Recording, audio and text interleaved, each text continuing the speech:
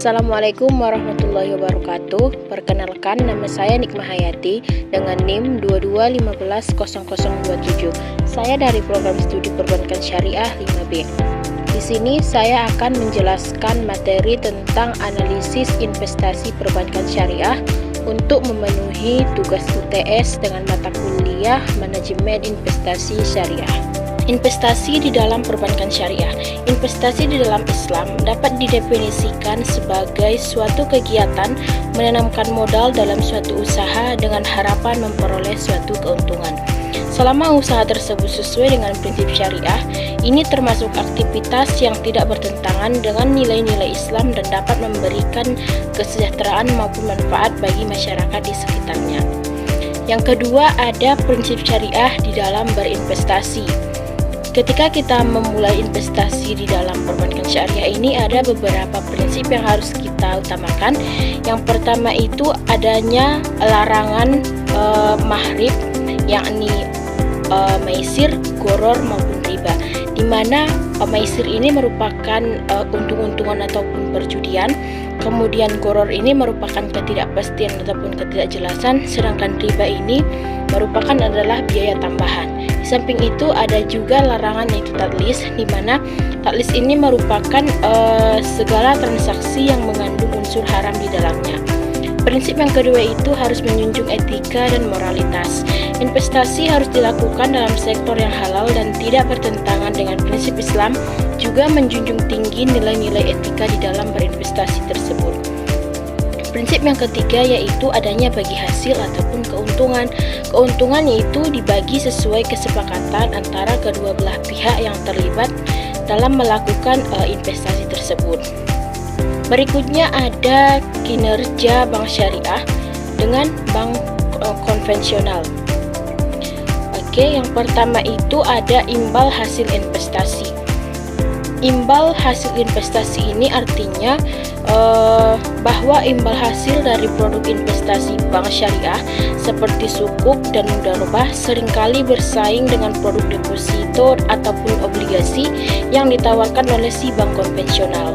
Kemudian imbal hasil investasi syariah ini menunjukkan pertumbuhan yang stabil meskipun ada fluktuasi di dalam kondisi suatu pasar.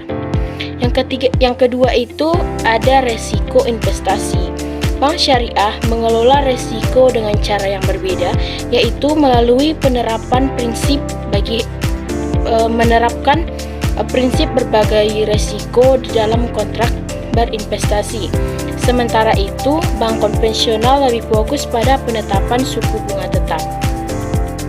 Yang ketiga itu ada stabilitas keuangan.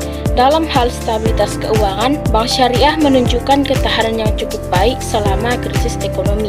Di sisi lain, bank konvensional yang sangat dipengaruhi oleh fluktuasi suku bunga cenderung mengalami lebih banyak tekanan dalam situasi ekonomi yang tidak menentu.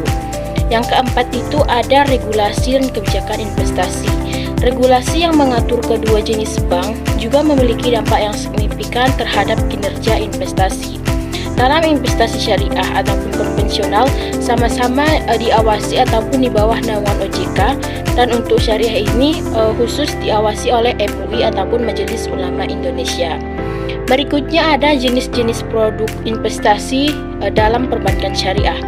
Yang pertama ada deposito syariah. Deposito syariah ini artinya produk simpanan yang ditawarkan bank dengan mekanisme bagi hasil dalam waktu tertentu.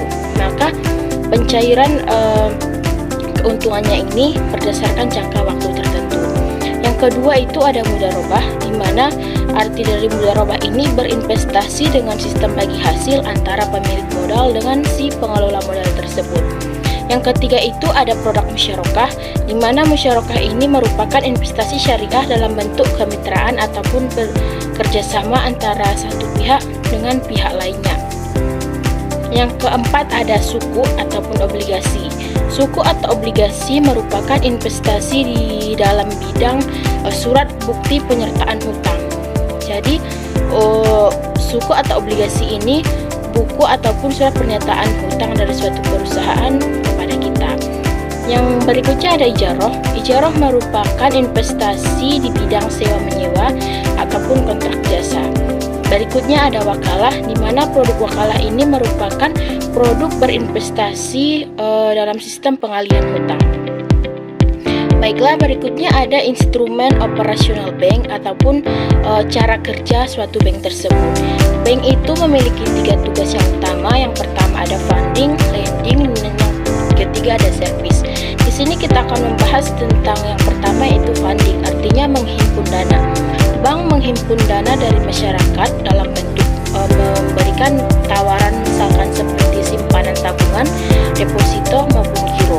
Kemudian aktivitas yang kedua itu yaitu lending, di mana lending ini merupakan aktivitas menyalurkan dana kepada masyarakat dalam bentuk pembiayaan ataupun kredit.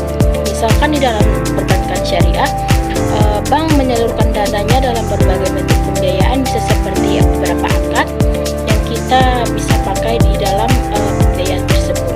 Dan yang ketiga itu ada servis, artinya bank juga menyediakan jasa lainnya seperti misalkan transfer uang ataupun transfer uang. Yang kedua ada ATM, yang ketiga ada jasa clearing, berikutnya ada seperti inkaso ataupun letter of credit dan jasa tawaran lainnya. Baik, saya rasa cukup sekian pemaparan materi